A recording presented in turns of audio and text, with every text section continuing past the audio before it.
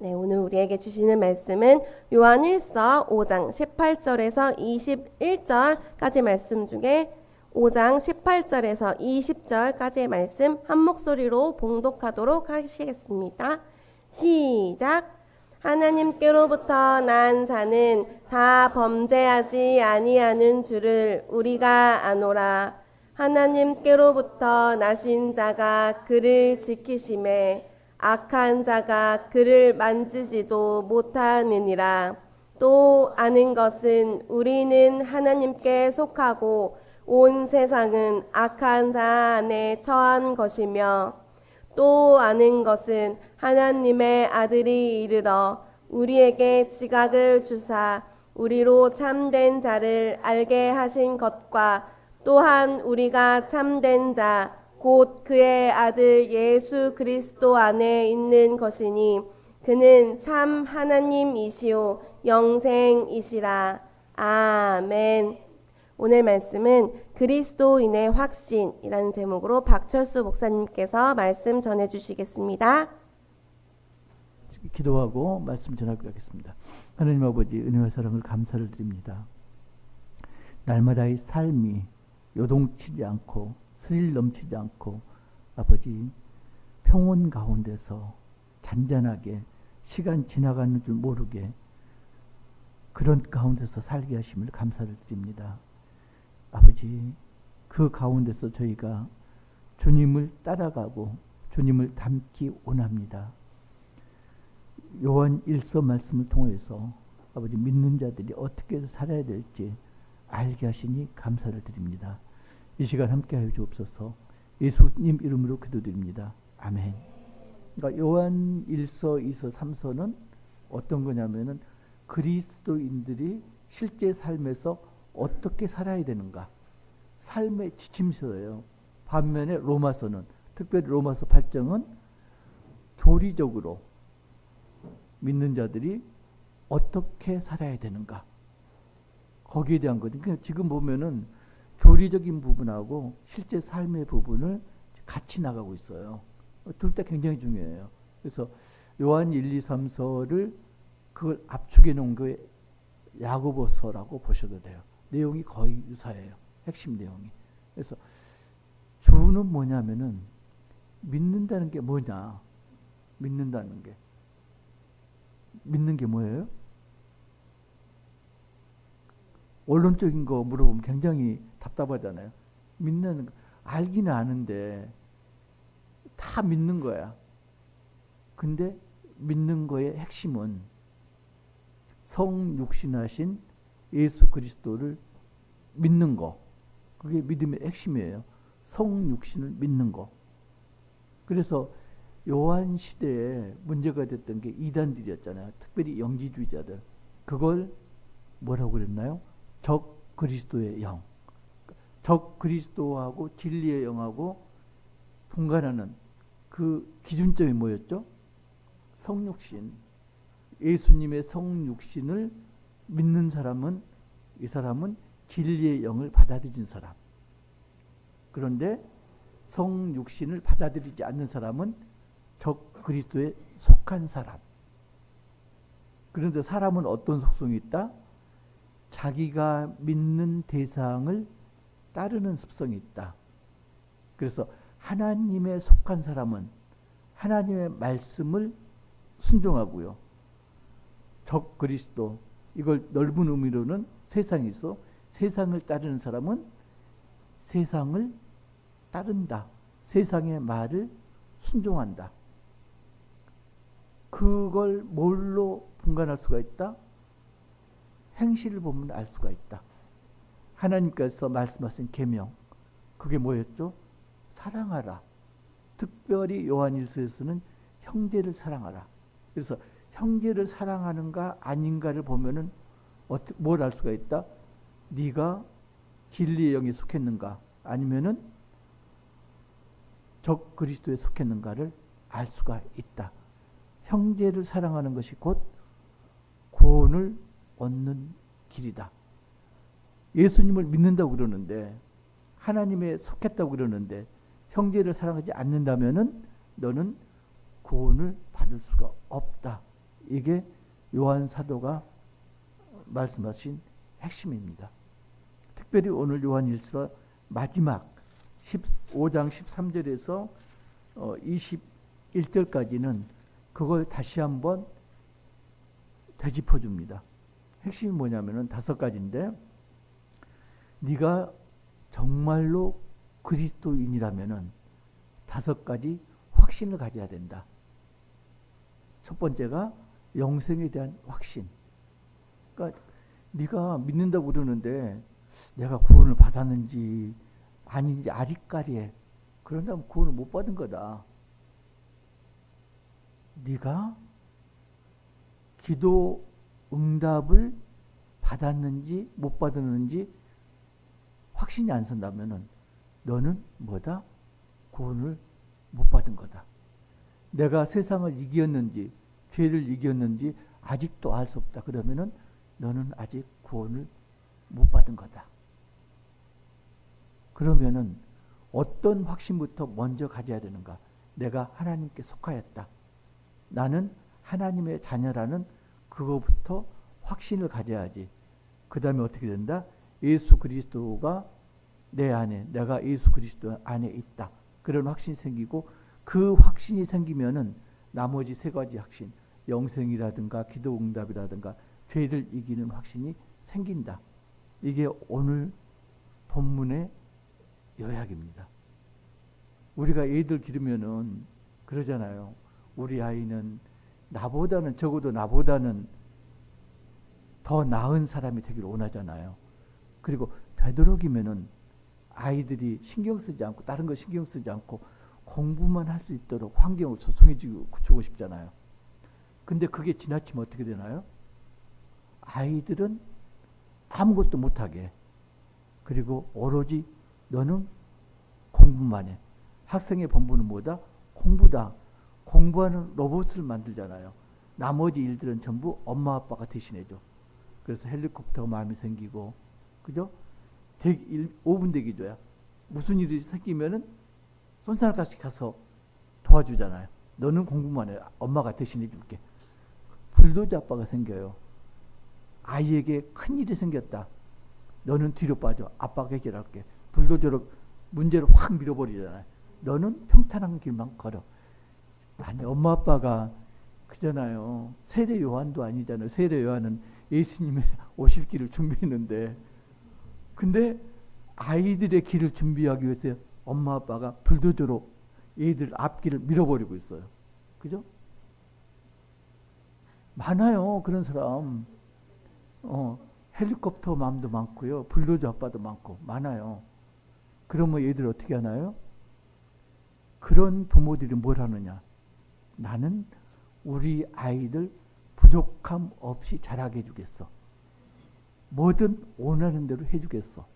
그래서 용돈도 넘치게 줍니다. 엄마 아빠는 용돈이 없어서 힘들었어. 너는 풍족하겠어. 넘치도록. 10,000원 필요한데 10만 원 줍니다. 넘치도록. 그리고 뭐가 필요하다. 말 떨어지자마자 사서 바칩니다. 뭐 먹고 싶다. 바로바로 대령을 합니다. 애들이 어떻게 될까요? 우리가 1년 내내 지겹게 봤던 윤모 씨하고 김모 씨처럼 돼요. 애들이. 그렇게 돼요. 엄마 아빠가 없으면은 아무것도 못하는 무능력자. 그리고 모든 걸 누구 탓으로 돌린다? 남의 탓으로. 내가 잘못한 건 엄마 아빠가 잘못했기 때문에 내가 잘못된 거야. 그죠? 엄마 아빠가 나를 뒷받침 못해서 내가 요 모양 요 꼴이야. 남의 탓을 하는 그런 사회 부적응자로 키우는 거예요. 그게. 그래서 우리가 그러잖아요. 하나님한테 기도하잖아요. 그러면서 하나님한테 원망하잖아요. 내가 필요한 걸 분명히 아실 건데 왜? 하나님께서는 전지전능한 분이니까. 내 머리카락 하나도 세시는 분이니까. 내가 알고 내가 구하는데 왜 내가 달라는 건 안 주시나. 그런 기도 하잖아요. 지금 힘든데 이걸 왜 해결해 주지 않으시나. 왜 그럴 것 같아요? 윤모 씨하고 김모 씨처럼 안 만들기 위해서.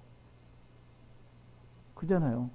우리가 달란트도 다 주면은 결국은 어떻게 돼요? 우리 사회 부적응자가 돼요. 그 나이 드신 분들한테 조언해 드리는 게 있어요. 이제 그 돌아가신 날이 얼마 안 남으면은 걱정이 뭐냐면은 뭐 재산 없는 분들은 상관없는데 재산이 좀 있는 분들은 재산을 언제 자식에게 물려주느냐, 이게 이제 굉장히 큰 고민이에요. 그래서 내가 살아생전에 재산을 물려줘야지 쟤들이 좀 힘을 얻지 않을까, 이런 생각이 있는 반면에 주변에서 보는 게 뭐죠? 재산을 일찍 물려줬더니 재산 다 탕진하고 부모하고 관계 끊어버리고, 이런 게 비일비재하니까 조언들을 어떻게 하냐면은 죽을 때까지 재산을 가지고 있어라. 그래야지 자식이 한 번이라도 전화하고 한 번이라도 찾아온다. 그래서 자식 죽을 때까지 재산을 가지고 있는 분들이 많아요. 하나님도 똑같은 심정이 있어요. 원하는 대로 다 들어주면은 우리가 세상으로 나가고요. 하나님을 떠나요. 당연히 떠나요. 부자가 천국에 가기가 뭐보다 어렵다고요? 낙타가 바늘길 통과하는 것보다 어렵다고. 우리가 원하는 대로 다 들어주면은 사회 부적응자 만든다니까요. 하나님을 떠난 사람을 만들어요. 그래서 내 기도를 안 들어준다. 지금 어떤 상황이다?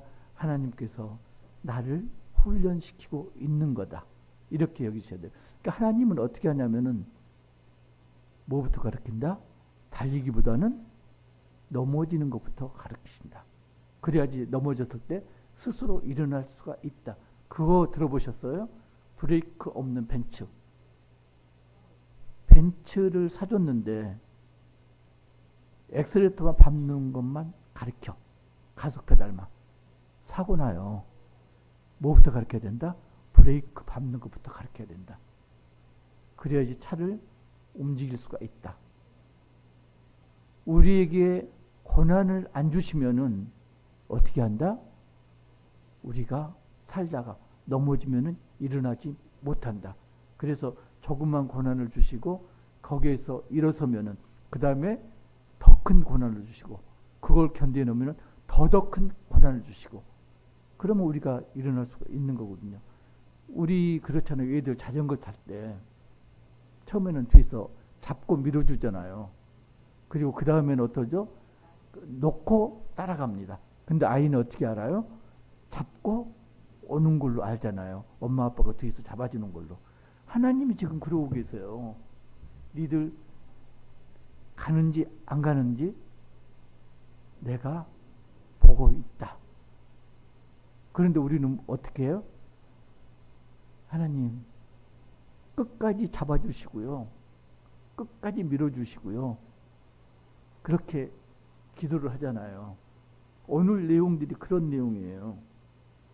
13절 보면은 내가 하나님의 아들의 이름을 믿는 너희에게 뭘 믿는다고요? 하나님의 아들의 이름 예수 그리스도를 믿는. 그러니까 첫머리부터 뭐다? 이 서신을 쓰는 대상이 누구다? 믿는 자들. 그죠? 거짓 그리스도 영의 적 그리스도 영에 속한 자가 아니고 진리의 영에 속한 자들에게 지금 편지를 씁니다. 진리의 영에 속한 자들은 뭐라고? 너희에게 영생이 있다. 그 영생이 있는데 이미 영생이 주어졌는데 그걸 모르는 거예요. 물속에서 지금 평화롭게 살고 있는데 물속에서 평화롭게 살고 있는 거, 물 자체를 모르는 거예요. 그죠? 우리가 믿음의 공동체에서 살고 있는데 믿음을 모르는 거예요. 그러니까 초대교회에서 예수님을 믿고 그렇다면 예수님 안에, 그리고 내가 예수님 안에, 예수님이 내 안에, 그럼 예수님이 영생이니까 내가 영생 가운데 사니까 나는 영생을 이미 받은 거잖아요. 그런데 영생을 몰라. 그러니까 외부에서 이단들이 이야기할 때 거기에 현혹되는 거죠. 금붕어한테 고양이가 그러잖아요. 바깥에 나와봐. 세상이 얼마나 자유로운데. 나가면 어떻게 돼요? 고양이가 잡아먹지. 그잖아요. 지금 그런 거예요. 지금 믿음 가운데, 영생 가운데 있는 사람들에게 이단들이 유혹을 하는데 이 사람들이 거기에 현혹되고 있다. 그래서 다시 못을 박는 거예요. 너희들은 예수님을 믿는다면은 영생이 이미 있는 거다. 다른 데 눈 돌리지 말라. 그런 이야기예요. 요한일서 2장 25절 보면은, 요한일서 2장 25절 제가 읽을게요. 그가 우리에게 약속하신 것은 이것이니 곧 영원한 생명이라. 이미 예수님을 믿을 때 예수님께서 영생을 약속을 하셨어. 그런데 지금 까맣게 잊고 있는 거거든요. 그리고 다른 데서 영생 이야기하니까 저쪽이 진짜인가 봐요. 그리고 그쪽에다 주의를 기울이는 거거든요. 나폴레옹도 아니고, 나폴레옹은 그랬다고 그러잖아요. 산에 올라가고 여기가 아닌가 봐요 하고 또 내려갔다고 그러잖아요. 그죠? 그러지 말라는 이야기예요. 지금 14절 보면은 그를 향하여 우리가 가진 바 담대함이 이것이니. 담대함. 이 담대함이 참 중요한 말인데, 예수 그리스도를 믿으면은 믿는 자들은 뭘 갖는다? 담대함을 갖는다. 그 믿음이 담대함을 준다. 우리 애들 봐요. 얼마나 당당해요. 지들이 우리한테 뭐 맡겨놓은 것도 아니고 나중에 갚겠다고 지불각서를 쓴 것도 아니고 그잖아요. 그런데 당당하게 요구하잖아요. 뭐 줘, 뭐 만들어줘. 그잖아요. 언제까지 이거 해줘야 돼. 당당하잖아요. 냉장고 열어보고 뭐 없으면 왜 없어? 안 그래요? 그러잖아요. 당당해. 왜 당당해요? 맡겨놓지도 않아놓고. 왜 당당하냐면은 엄마 아빠가 진짜 엄마 아빠인 걸 확실히 믿기 때문에. 이웃집 아줌마한테 당당하게 요구하지 않아요. 그잖아요. 목사님한테 갖고 당당하게 뭐 요구하진 않잖아요. 그죠? 근데 엄마 아빠인 걸 아니까 당당하다 못해서 뻔뻔하죠. 뻔뻔하게 요구를 하죠. 그런데 믿는 자들도 마찬가지다. 믿는 자들은 신분이 뭐다? 하나님의 자녀다. 그러니까 믿는 자들이, 너희들이 정말로 하나님의 자녀라는 것을 확신한다면은 담대하게 구하라. 그 뒤에 나오죠. 그의 뜻대로 무엇을 구하면, 거기서 또 이제 중요한 게 무엇이에요? 그 무엇이 무엇이냐면은 내가 원하는 거가 무엇이 아니고요. 그의 뜻대로 하나님이 원하시는 것이 그 무엇이에요. 구하라 그러면 주실 것이 했을 때 그게 뭐다? 하나님이 원하는 거. 그게 이제 이것도 요한일서 3장 보시면요. 요한일서 3장 21절부터 보면은요. 사랑하는 자들아, 만일 우리 마음이 우리를 책망할 것이 없으면, 자, 양심의 거리낌이 없어야지 하나님 앞에서 담대함을 얻는다. 22절, 무엇이든지 구하는 바다. 그런 상태에서 구하는 것은 하나님께서 전부 주신다. 그게 뭐다? 계명을 지키고, 계명을 지키면 하나님께 기뻐하시다. 그러니까 양심의 거리낌이 없어야 되고, 그리고 하나님께서 말씀하신 계명, 사랑, 형제 사랑을 행했을 때, 그럴 때 우리가 담대해져서 하나님께 무엇이든지 구할 수가 있고, 그때 하나님께서는 구하는 대로 주신다. 그 이야기예요. 계명도 지키지 않고 형제 사랑도 하지 않고 날마다 자잘구레한 죄를 계속 저지르고, 그런 상태에서 내 뜻대로 무엇이든 구하면 하나도 주신다, 안 주신다? 안 주신다. 그 이야기를 지금 요한 사도가 하고 있습니다. 15절 보면 우리가 무엇이든지 구하는 바를 들으시는 줄을 알는데, 들으시는 줄을, 이건요, 우리가 내가 원하는 것 내 뜻대로 구해도 하나님께서 아신다, 모르신다? 안다. 근데 주시지는 않는다. 그 이야기입니다. 16절, 누구든지 형제가 사망에 이르지 아니하는 죄 보면, 16절 7절을 보면은 죄가 두 가지가 있다. 사망에 이르는 죄, 사망에 이르지 아니하는 죄. 요한일서 3장 9절에서 10절 보면은 사망에 이르는 죄가 두 가지가 있어요. 하나님의 증언을 믿지 않는 죄, 그리고 하나님 말씀을 거역하는 죄.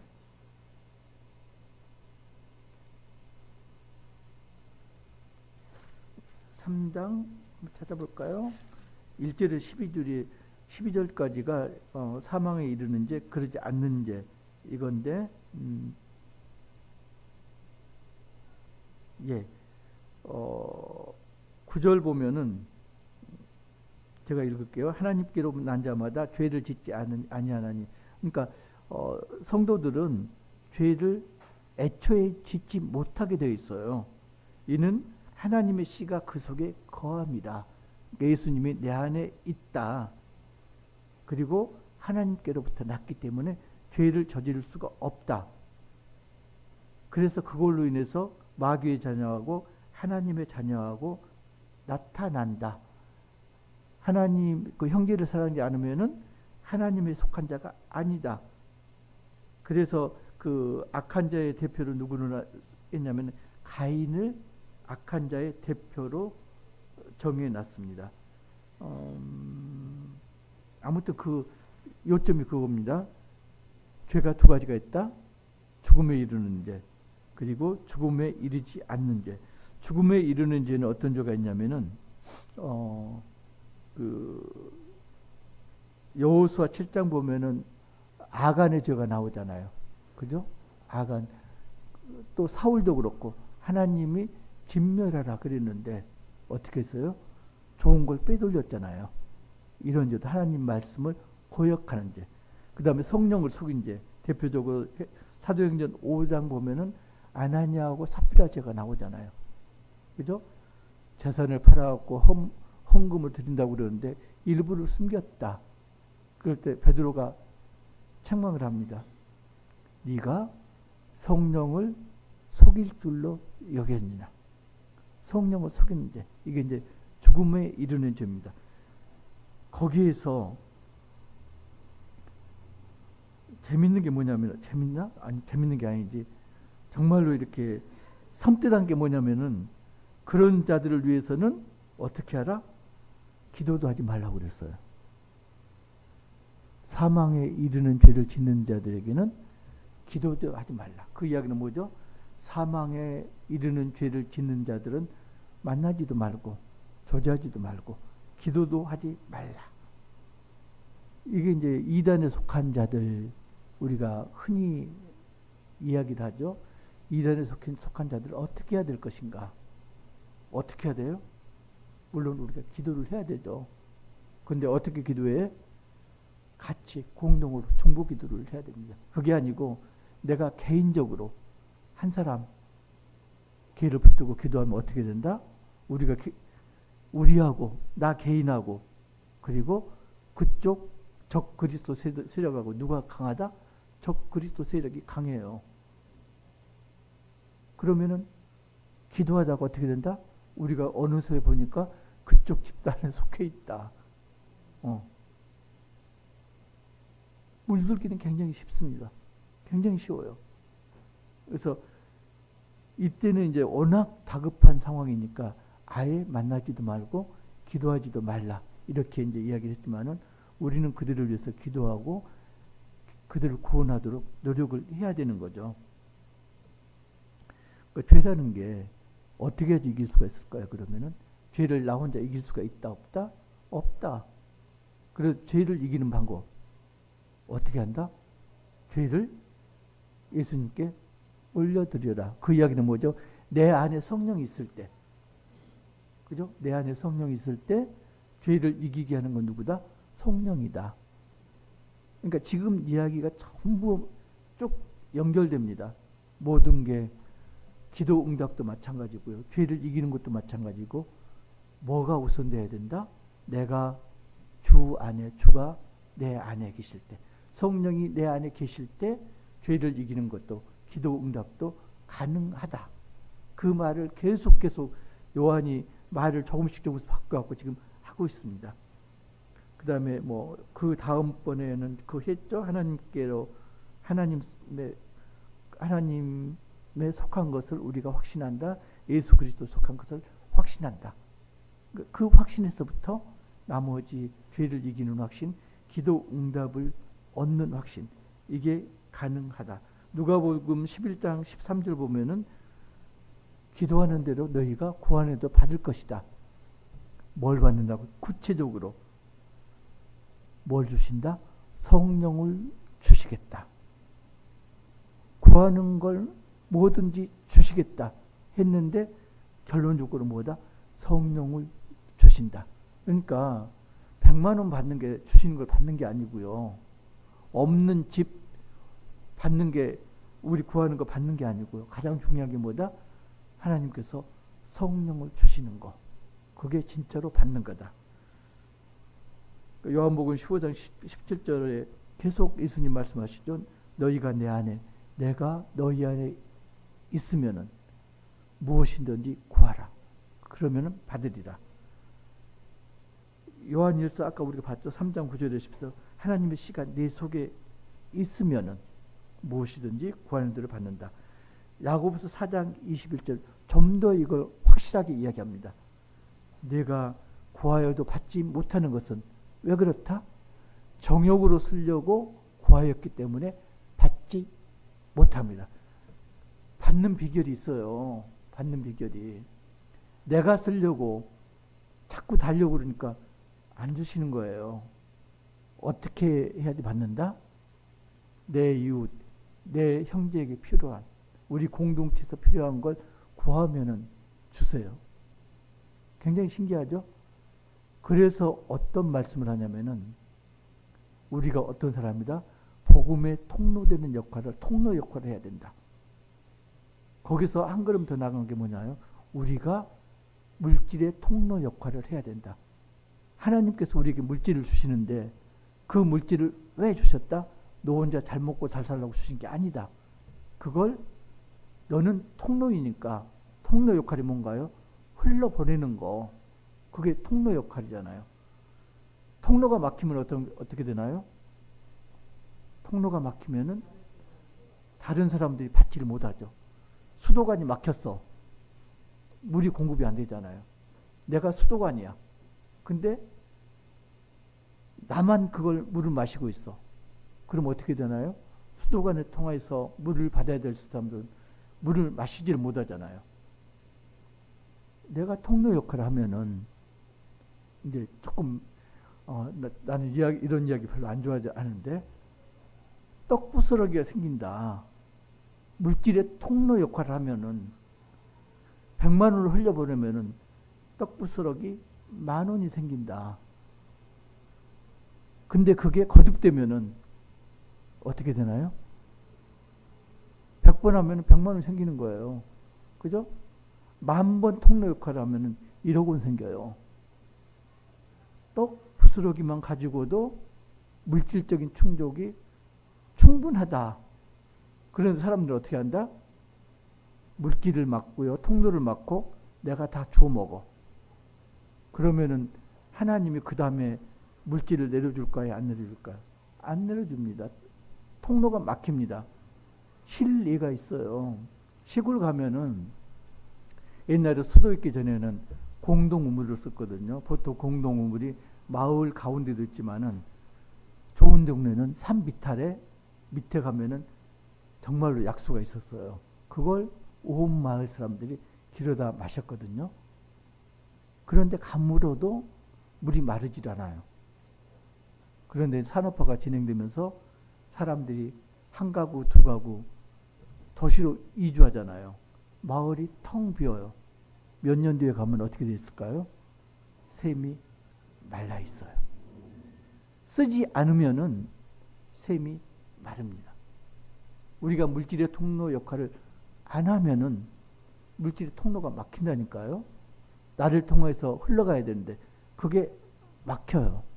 그래서 야고보서의 4장 21절을 말하는 게 정욕으로 쓰려고 하면은 구하여도 받지를 못한다. 제가 요한 1서를 묵상을 하면서 하나님의 심정이 부모들 심정하고 똑같구나. 그러면서도 다른 게 있구나. 우리 부모들은 어떻게 해요? 자식들을 무조건 충족시켜주려고, 만족시켜주려고, 만능 세계에서 노력을 하려고 노력하잖아요. 근데 하나님 어떻게 하신다? 그걸 지켜보고 계시는 거구나. 기준을 세워가지고 기준을 통과하는지 아닌지를 보고 계시는구나. 제가 어제 이제 조한이 집에 가고 같이 놀았거든요. 그런데 얘가 벌써부터 잔머리를 굴리는구나. 이걸 좀 느꼈는데 얘가 나눠주기를 좋아해요. 그래서 꼭 뭐 과자 같은 거 이렇게 남겨놨다가 할아버지 오면 이렇게 주거든요. 그러면은 그냥 안 먹잖아요. 그래서 또 절반 나눠갖고 돌려주잖아요. 다 먹으면 안 되지. 또 다 돌려줘도 교육상 안 좋은 거예요. 그러니까 먹기는 먹되 다 먹지는 않고, 제가 이제 그걸 어렸을 때 터득을 했잖아요. 제가 4살, 5살 때. 우리 아버지가 뭘 하셨다? 사진관 하셨다. 2층 사진관이었는데 아침이 되면 아마 시반이었던 걸로 기억해요. 지금으로 하면 이론을 시판이었는데 그거 가지면 오징어 다리를 살 수가 있었어요. 그러면은 아침마다 시판 가지고 가가지고 오징어 다리를 사오는 게 내 일이었어요. 아침 시작을 그걸로. 그리고 그걸 가지고 가면은 애기가 이쁘니까 다 달라고 그러잖아, 하나씩. 그럼 하나씩 다 나눠주고 나면은 하나밖에 안 남어. 몇 번은 그랬는데 나중에 이제 깨달은 거예요. 사가지고 2층 올라가면 다 뺏기는구나. 그래서 어떻게 했을까요? 1층 계단에 앉아갖고 다 먹고 올라갔어요. 근데 주한이가 그걸 터득을 하더라니까요. 이제 알잖아요. 이렇게 주면은 오는 거 알잖아요. 그래서 이제 부담 없이 줘요. 그러다 거기서 어제 한 발이 더 나갔는데, 치즈를 좋아하는데 치즈를 지네 엄마가 이제 그 기준을 정해놓은 거죠. 한 번 먹을 때 한 장. 근데 하루에 뭐 몇 개 이렇게 정해놓은 거예요. 근데 치즈 먹고 싶다니까 하나를 줬는데 그걸 절반 나눠가지고 절반은 지가 먹고 나머지는 전부 나눠준 거죠. 그리고 조금 있다가 엄마한테 하나를 더 당당하게 요구해. 하나 더. 엄마가 이제 안 된다. 그러니까 논리적으로 이야기하는 거죠. 나는 절반밖에 못 먹었어. 그잖아요. 나눠주고 나는 절반밖에 못 먹었어. 그러니까 엄마가 그러면은 절반 더 줄게. 얘가 부족해. 나는 더 먹고 싶어. 그래서 딜을 하더라니까요. 결국 그리고 하나 더 갖다 먹었어요. 그러니까 원래 하나 먹어야 될 걸 하나 반을 먹은 거죠. 그래서 야, 우리가 하나님한테 원하는 게 그런 게 아닌가. 하나님이 너는 이런 조건을 충족했을 때 치즈 하나만 먹을 수가 있어. 그런데 하나로 만족하지 못하고 하나 반, 2개를 계속 요구하는 게 우리가 아닌가. 갑자기 그런 생각이 들더라니까요. 아무튼 요한이 하는 이야기는 명확합니다. 너희들이, 중점이 기도죠. 기도를 하는데 여기서 구하라는 건 기도로 대체하시면 돼요. 구하라. 우리가 구하라를 물질로 생각하니까 상처를 받아요. 안 주신다고. 구하라가 뭐냐면 물질이 아니고요. 기도예요. 누가복음에서 분명히 말씀하셨거든요. 구하라. 무엇이든지 구하라. 줄 것이다. 그런데 그게 뭐다? 성령을 주시지 않겠느냐. 성령이라고 분명히 말씀하셨거든요. 그러니까 구하는 게 뭐다? 구하는 건 기도다. 그러면 하나님께서 뭘 주신다? 성령을 선물로 주신다. 성령을 선물로 내가 받으면은 내 안에 하나님이 계신다. 그러면은 내가 하는 행동은 어떤 거에 순종하는 행동이다? 성령 하나님을 순종하는 행동이다. 그래서 이제 그런 말씀을 하는 거예요. 죄라는 게 뭐다? 믿음을 따라 행하지 않는 것은 모두 죄다. 자, 믿음을 따라서 행하려면 어떻게 하나요? 나 혼자서는 안 되니까 성령이 이끄시는 대로 해야지 죄를 짓지 않는다. 성령이 이끄시는 대로 하려면 어떻게 해야 된다? 내 안에 성령이 계셔야 된다. 그러면은 내가 구하는 대로 전부 이루어진다. 그게 그잖아요. 공익광고에서 너는 별이야. 네가 원하는 대로 뭐든지 할 수가 있어. 세상에 네가 빛으로 임할 수 있다. 이렇게 강조하잖아요. 거기 아니고 어떻게 해야 된다? 내 안에 성령이 임해야 된다. 그러면 내가 뭘 하든지 믿음에서 벗어나지 않는다. 그 첩경이 뭐라고요?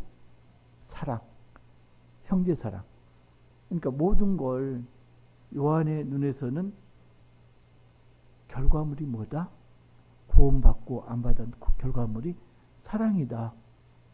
형제 사랑이다.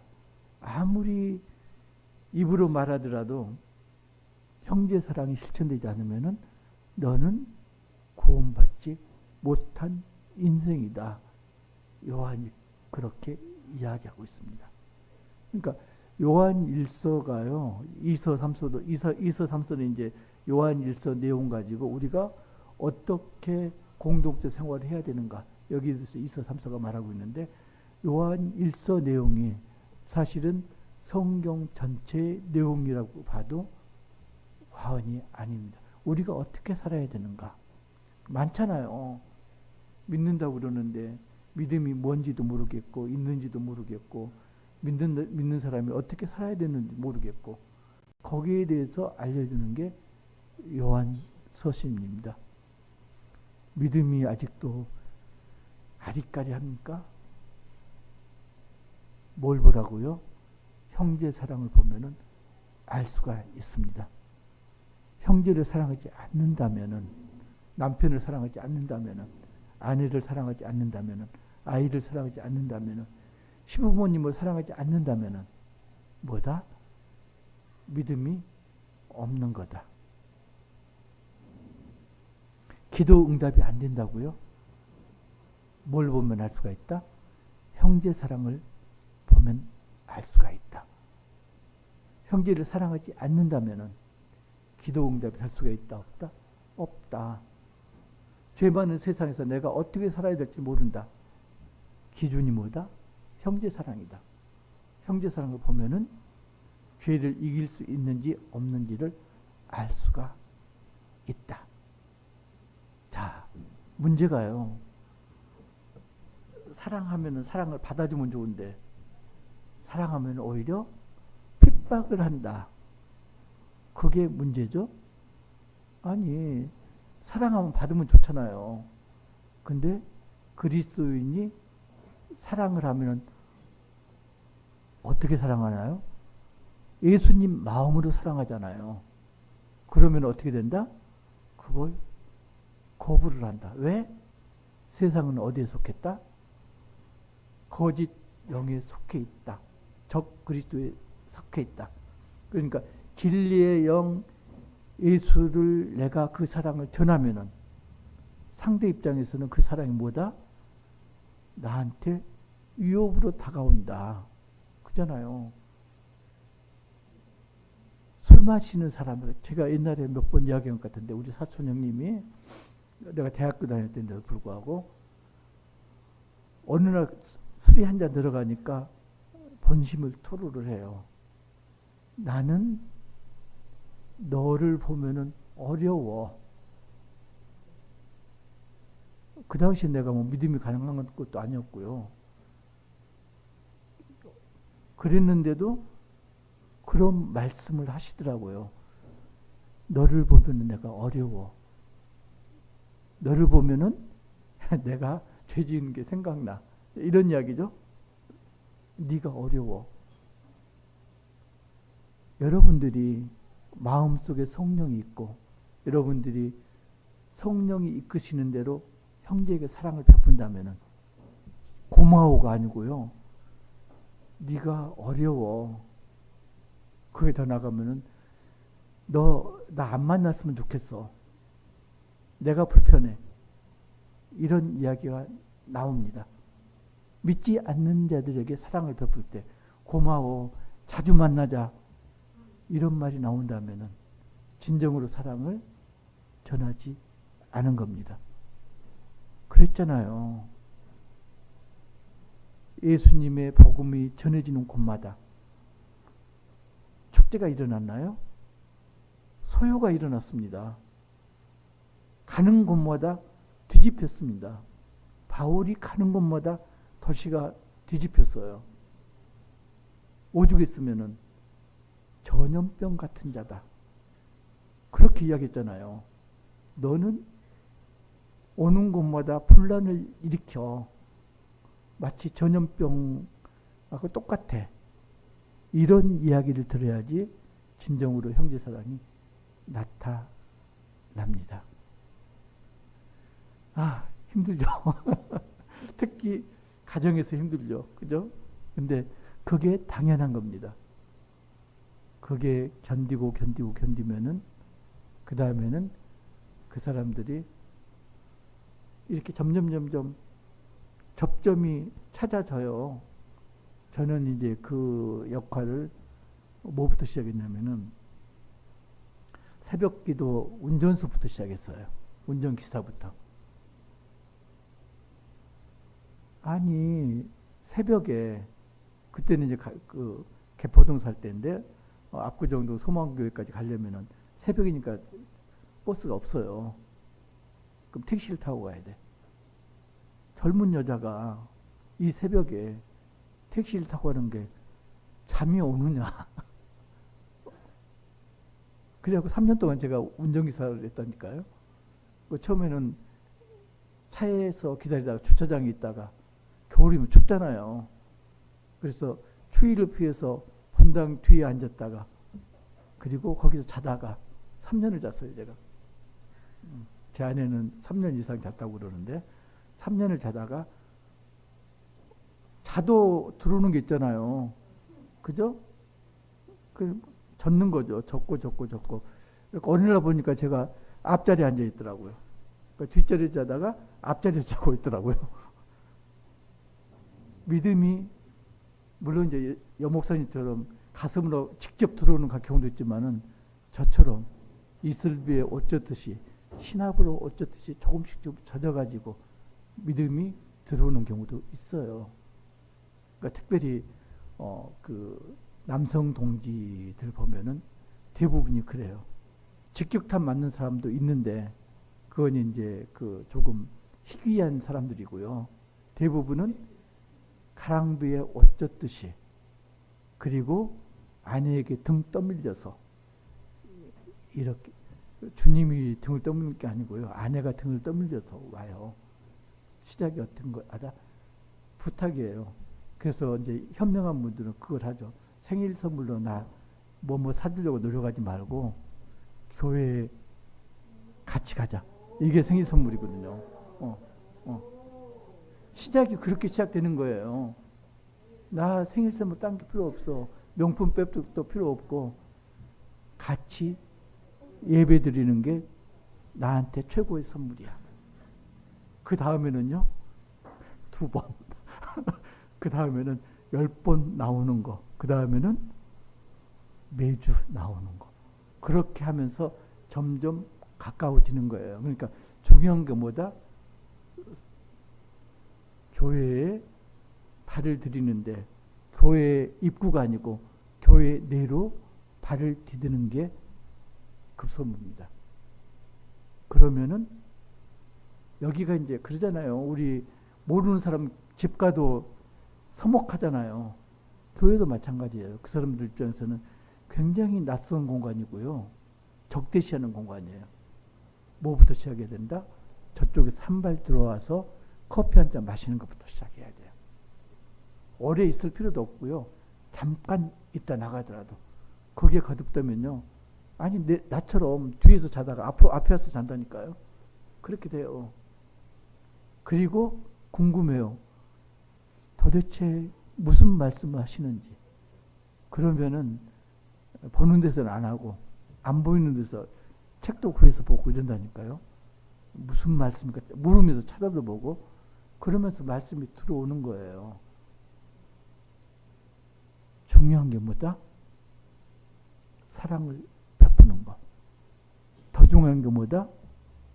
절대로 환영을 기대해서는 안 됩니다. 부딪히는 건 저항이고요. 반대입니다. 어떤 경우는 대가로 미움이 오기도 합니다. 그래서 그 남자들 마음이 조금씩 이렇게 열릴 때 받으려고 노력하거든요. 거기에 나타나는 증상, 팁을 하나 드릴까요? 그 전에는 뭐라고 그랬냐? 믿음이라는 게 종교 자유가 있으니까 당신은 당신 믿는 대로 해. 나는 건들지 마. 그래갖고 허용을 하거든요. 어느 날부터는 제약을 가하기 시작합니다. 왜 맨날 교회를 가? 왜 주일도 아닌데 교회를 가? 이러면 뭐다? 마음에 금이 가 있어가지고 금이 가기 시작하니까 그걸 봉합하기 위해서 놔두면은 금이 벌어져갖고 내가 이쪽 묻을까봐 지금 무서워서 지금 단속을 하는 거예요. 못 가게. 그러면은 많이 와 있는 거예요. 이미 많이 와 있어요. 이미 절반 이상 와 있어요. 희망을 갖기 바랍니다. 그때가 가장 힘들어요, 사실은. 근데 그건 이미 마음이 어느 정도 열린 상황입니다. 그래서 어떤 경우는 나 제발 교회 데리고 가. 그런 신호일 수도 있어요. 근데 그걸 무서워서 말을 못 꺼내서 그렇지.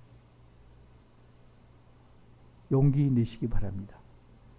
남편이라는 형제들에게 끊임없이 사랑을, 반대에 부딪히더라도 사랑을 전하는 여러분 되시기를 주님의 이름으로 축복합니다.